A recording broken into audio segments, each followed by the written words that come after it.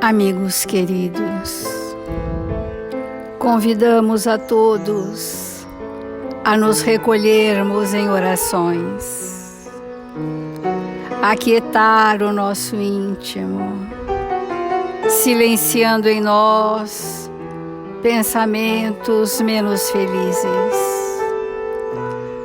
expandir em nossos sentimentos os tesouros que já dormem em nosso coração, expandir as vibrações de gratidão a Deus, Pai amantíssimo, pela bênção da vida, e a Jesus, Mestre amado, pela oportunidade redentora das existências na terra. Elevemos o nosso pensamento a Jesus, para comungarmos das suas sábias lições e sorvermos deste manancial o alimento que há de fartar os nossos espíritos pela vida eterna. Aqui estamos, Senhor, na condição de eternos mendigos do seu amor, a suplicar-te amparo e proteção à nossa pequenez, e estender este amparo, Senhor, a todos os nossos irmãos em humanidade, onde quer que haja dor, possa haver corações amigos, trabalhando e servindo em seu nome. Nós outros, Senhor, pequeninos que nos reconhecemos ser, pedimos, Mestre, que nos faça instrumentos dignos em vossas mãos, para que possamos aprender a servir em seu nome, hoje e sempre, e que assim seja, Senhor.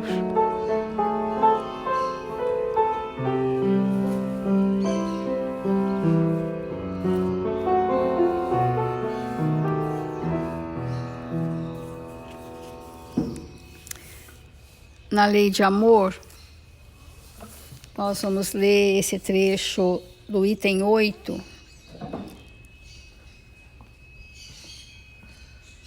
Feliz aquele que, ultrapassando a sua humanidade, ama com amplo amor seus irmãos em dores. Feliz aquele que ama porque não conhece nem a angústia da alma, nem a do corpo. Seus pés são leves e vive como que transportado para fora de si mesmo. Quando Jesus pronunciou esta palavra divina, amor, essa palavra fez estremecer os povos, e os mártires, ébrios de esperança, desceram ao circo. O Espiritismo, a seu turno, vem pronunciar a segunda palavra do alfabeto divino. Estai atentos, porque esta palavra ergue a pedra dos túmulos vazios. É a reencarnação triunfando da morte. A primeira palavra do alfabeto divino é a lei. A lei é o amor. Mas para que essa lei seja experienciada por nós e um dia possamos representar a própria lei, sermos o amor vivo de Deus na terra, é preciso que nós possamos compreender profundamente a nossa reencarnação. Profundamente. Nos seus detalhes, termos um senso de observação de nós mesmos, termos uma percepção do que provocamos nas pessoas com a nossa forma de ser e estarmos atentos a esse planejamento reencarnatório que precisa ser muito refletido em nossas vidas. Quem são esses espíritos que hoje se apresentam na forma de cônjuge, outrora foram nossos pais, ou nossos filhos, ou nossos amigos? Como que esse trâmite de reencontros profundos ressoa na nossa necessidade evolutiva?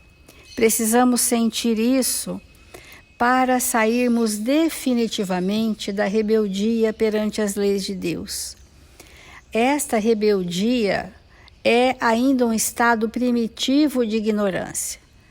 Nós muitas vezes dizemos já saber do que precisamos fazer, mas não o fazemos de pronto porque estamos no estado rebelde.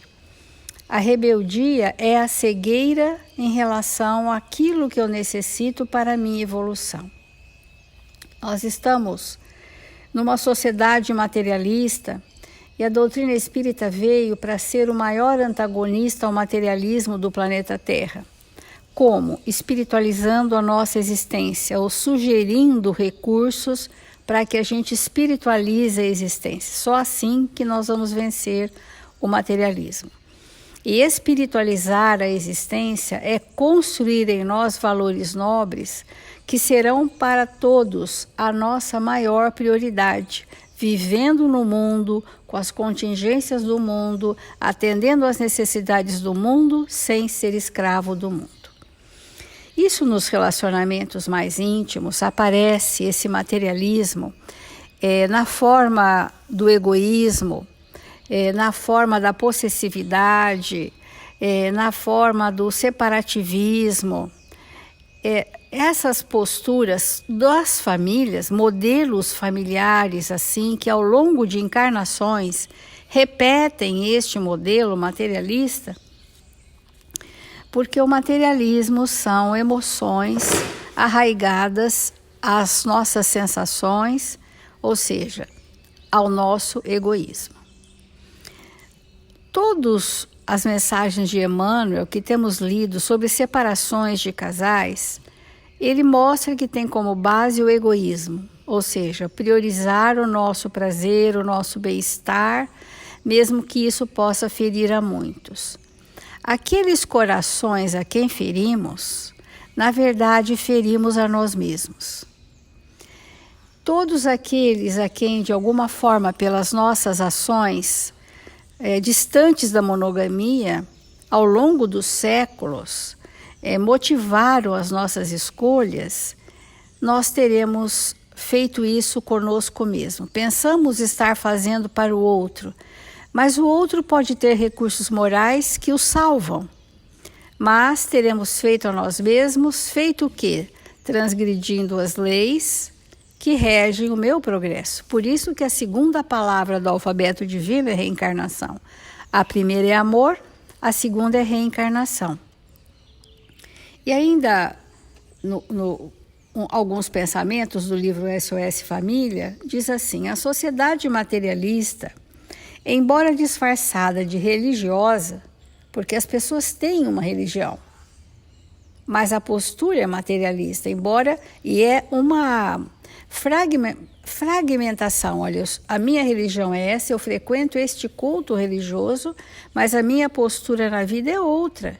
E eu quero uma religião que não me faça ver aquilo que eu quero fazer, porque faço às escondidas pensando esconder da minha consciência, né? Então, isso facilita o rompimento dos liames que legalizam a união. E por questões de menos importância, diz aqui, as questões, quando nós vamos atender os casais, nós percebemos que muitas separações não houve motivo, que aquilo não seria motivo, seria estímulo de uma oportunidade que eu não soube ver, para eu crescer naquela oportunidade com aquela pessoa. Então, quando qualquer coisa nos desacomoda, nós queremos imediatamente nos libertar. Porque, se a segunda palavra do alfabeto divino é a reencarnação, precisamos entender planejamento reencarnatório e senti-lo em nós. Senti-lo em nós. Olha, às vezes, para que um espírito volte para nós no convívio conjugal, for necessário 200, 300 anos de trabalho da espiritualidade.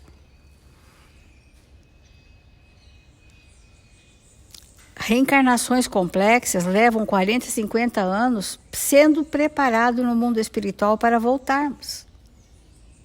É uma injunção complexa, avós, filhos, netos, as principais situações que eu precisarei passar, as minhas predisposições mórbidas do perispírito. É uma complexidade, são mapeamentos sofisticados os departamentos da reencarnação, e aquele espírito que um dia foi íntimo, que eu amei e que se transformou num desafeto, e que eu esperei 300 anos para reencontrá-lo, como que na hora que eu estou junto para crescer na lei do amor, eu digo não quero?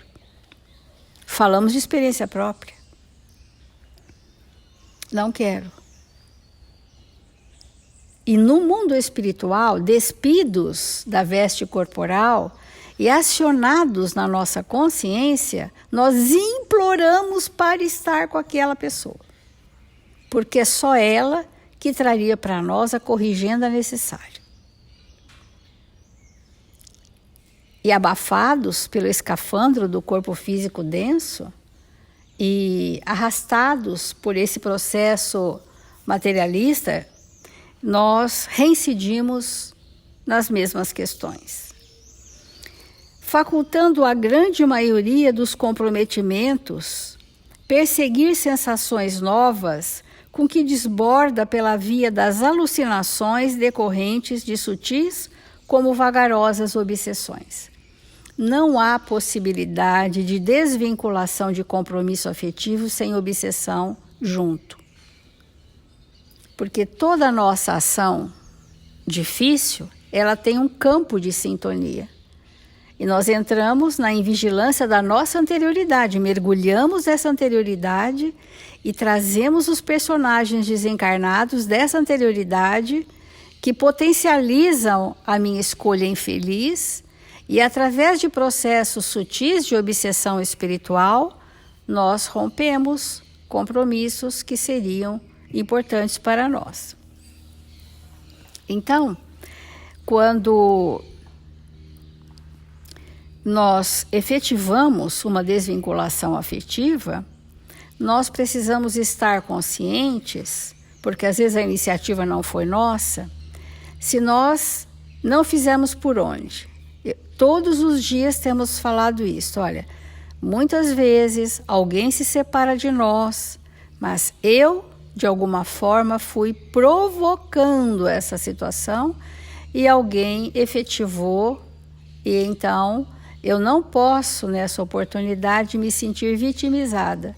Eu preciso ter a minha cota de responsabilidade naquele fator que vai trazer para mim a ilusão dos prazeres do mundo, e é possível que viva mesmo os prazeres do mundo, anestesiados consciencialmente, para que um dia desperte lá no mundo espiritual de novo e continuaremos do ponto em que paramos.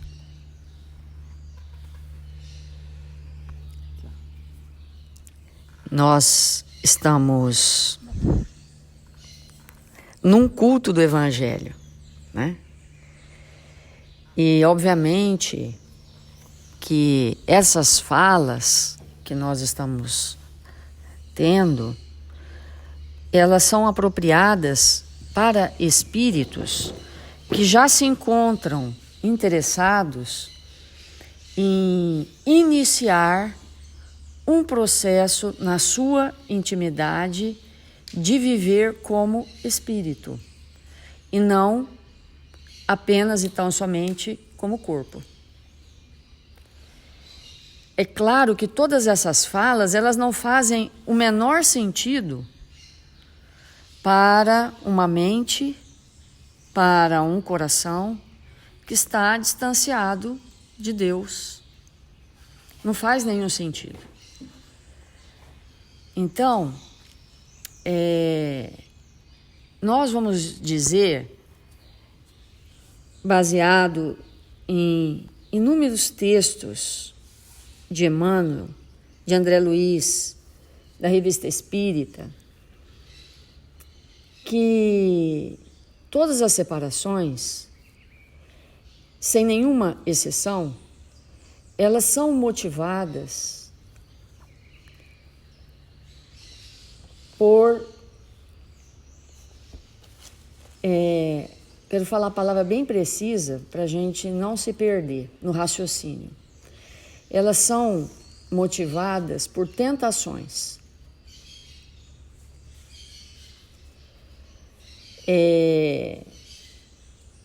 Por isso que nós precisamos investigar quando passa na nossa mente um pensamento de nos distanciarmos de alguém, qual é mesmo de verdade o motivo, o que está nos motivando aquele processo de separação.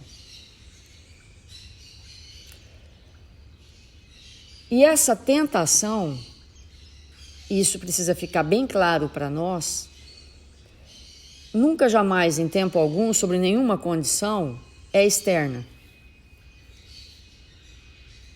Não é uma tentação que vem de fora. É uma tentação que vem de dentro.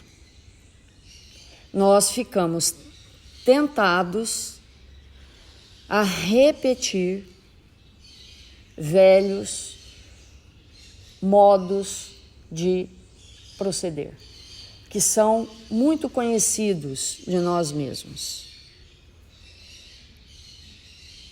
Então, quando passa pela nossa mente que o relacionamento não está bom, então é melhor a gente se separar, nós temos que nos perguntar, bem, eu vou me separar de você para pontinhos. Para quê? Não, eu quero ficar sozinha, por exemplo. Né? Às vezes o motivo da separação nem é outra pessoa, mas eu quero dar um tempo, eu quero ficar comigo mesmo. É a tentação do isolamento. Porque esse ambiente em que eu tenho que interagir, esse ambiente que eu tenho, que alguém me desafia, que alguém me estimula a mudanças profundas, me cansa, me cansou, eu não quero mais.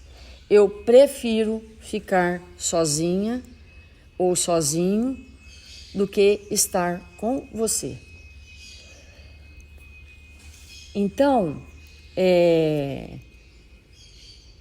nós temos que perguntar muitas vezes para nós aonde está a nossa tentação.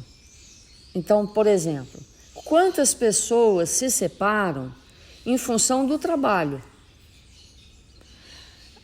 O espírito, ele prefere 1000 vezes estar no trabalho todo o tempo todo, e ele dá um sinal claro disso na sua existência, do que estar na família ou com alguém. Então, é necessário que a gente se pergunte o que esse trabalho nos traz. Às vezes, o trabalho nos traz poder. E nós nos separamos, nos afastamos, porque nós preferimos o poder. Fomos tentados, a tentação é íntima pelo poder. Às vezes, pelo dinheiro, pelo fascínio. Quantas pessoas, quantos espíritos deixam seus lares, suas famílias, em busca de fantasias,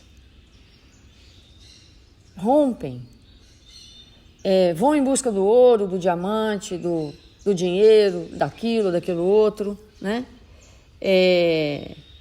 Ficam tentados.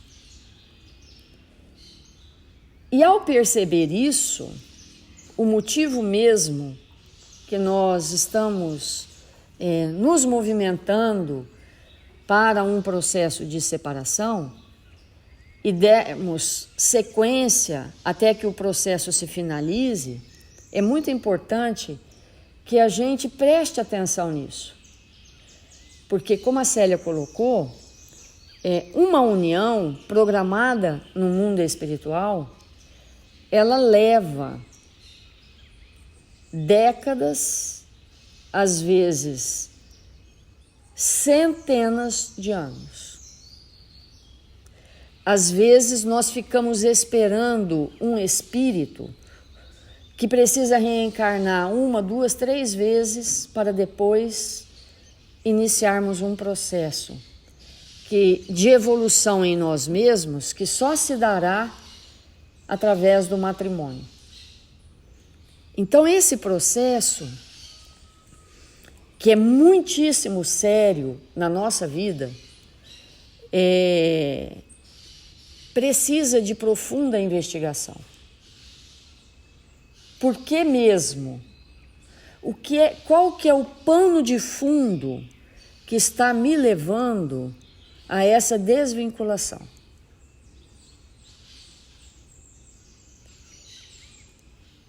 Porque ao perceber isso, nós temos a feliz oportunidade de combater veementemente aquela má tendência.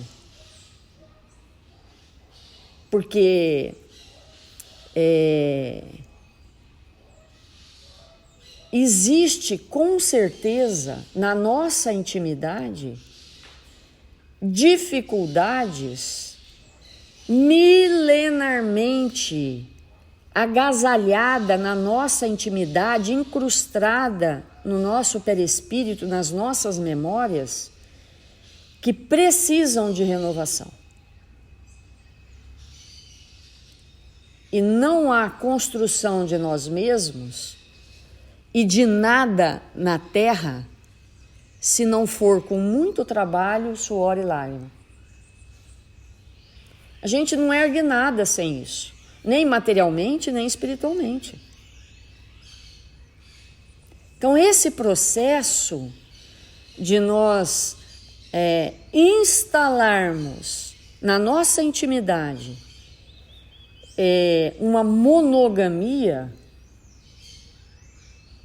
para que nós nos libertemos de maneira definitiva daquelas tentações que nos dificultam relacionamentos, esse processo, ele é fundamental. Claro, é óbvio que na nossa forma de proceder e de pensar, quando há um processo de separação, a gente sempre acusa o outro. Porque dificilmente nós enxergamos essas tentações íntimas que nos arrastam.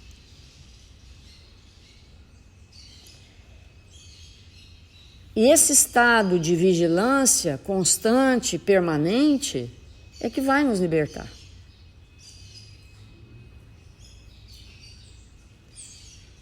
É bom que no culto do lar o casal possa discutir sobre isso quando o relacionamento está balançado.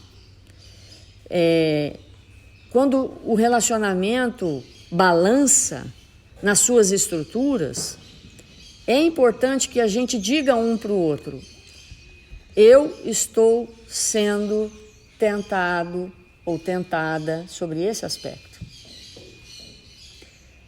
E seria bom que nós nos protegêssemos para que essas tentações não venham nos roubar a oportunidade extraordinária que temos em nossa vida de nos libertarmos desta escravidão que estamos sujeitos há milênios. Porque cada um de nós sabe perfeitamente o que nos tenta. Sabe perfeitamente aquilo que nós trazemos na nossa intimidade, que é elemento de perdição se nós nos entregarmos. Nós nos perdemos. Como assim? O que é perder? Né? O que é nos perdermos? é abandonarmos as leis divinas. Perder é isso. Perdemos a direção do bem, que vai nos conduzir à perfeição. Então essa reflexão, ela é bem importante. Às vezes, um espírito, ele fica autofascinado pelo corpo. A tentação é o próprio corpo dele. É muito comum que espíritos que têm algum nível de obesidade, quando fazem cirurgia ou emagrecem, o índice de separação é muito alto. Porque o espírito, ele fica fascinado por ele mesmo. E ele então quer viver outras experiências.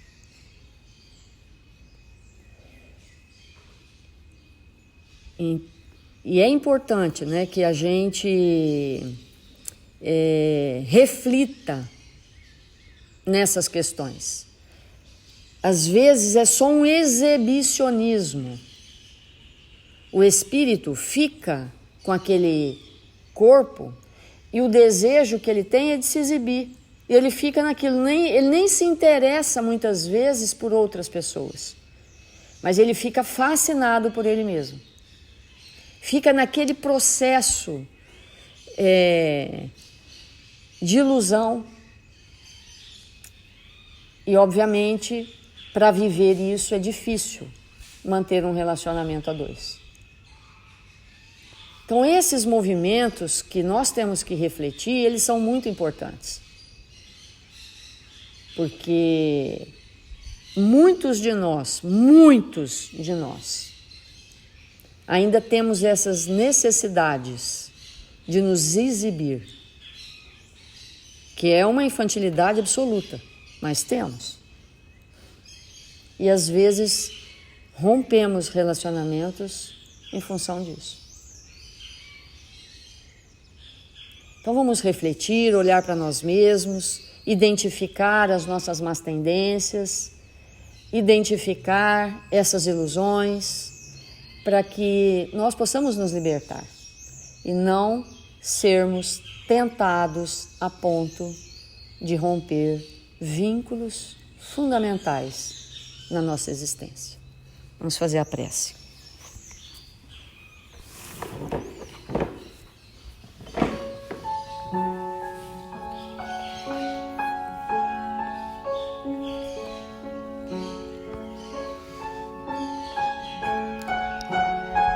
Senhor Jesus, divino amigo das nossas vidas, nós te buscamos nesse momento, rogando ao seu coração amoroso que nos envolva, que nos proteja, que possamos nesta existência, Senhor, nos entregarmos ao aprendizado do seu evangelho de amor. Mil vezes obrigado, Senhor, pelas tuas lições de vida eterna, que falam fundo aos nossos corações. Nesta oportunidade, Jesus, estamos desejosos de nos libertar. Estamos desejosos, Mestre amado, de nos entregarmos de maneira definitiva à construção de nós mesmos, para que possamos sair desta existência mais felizes, mais conscientes, mais amorosos, mais amigo dos amigos. Mil vezes obrigado, Senhor, porque estamos aqui, desejosos de sermos operosos no bem e na verdade. Ampara, Jesus, todos os nossos irmãos que se encontram enfermos, em seus lares, nos hospitais, para que eles recebam do passe espiritual nesta hora. Estes irmãos tão queridos, registrados nos nossos cadernos de vibração. Mil vezes obrigado, Mestre, pela sua presença em nossas vidas. Obrigado, Senhor, porque estamos no Brasil, na pátria amada, na terra do Cruzeiro, onde o Senhor nos convidou a nascer para que pudéssemos nos evangelizar, encontrar com grupos amigos, familiares, espíritos que iriam acrescentar em nossas existências valores. E com isso, seríamos espíritos muito melhores do que aqui chegamos. Que nós possamos proteger a nossa nação, as nossas matas, nossos rios, olhos d'água, os nossos animais, pequeninos e os maiores. Que nós possamos ser aqueles a cumprir as leis como elas foram redigidas para nós. As leis humanas que protegem o ambiente e, sobretudo, as leis divinas que nos protegem em espírito. Que o Senhor nos abençoe e nos fortaleça, agora e sempre. Que assim seja.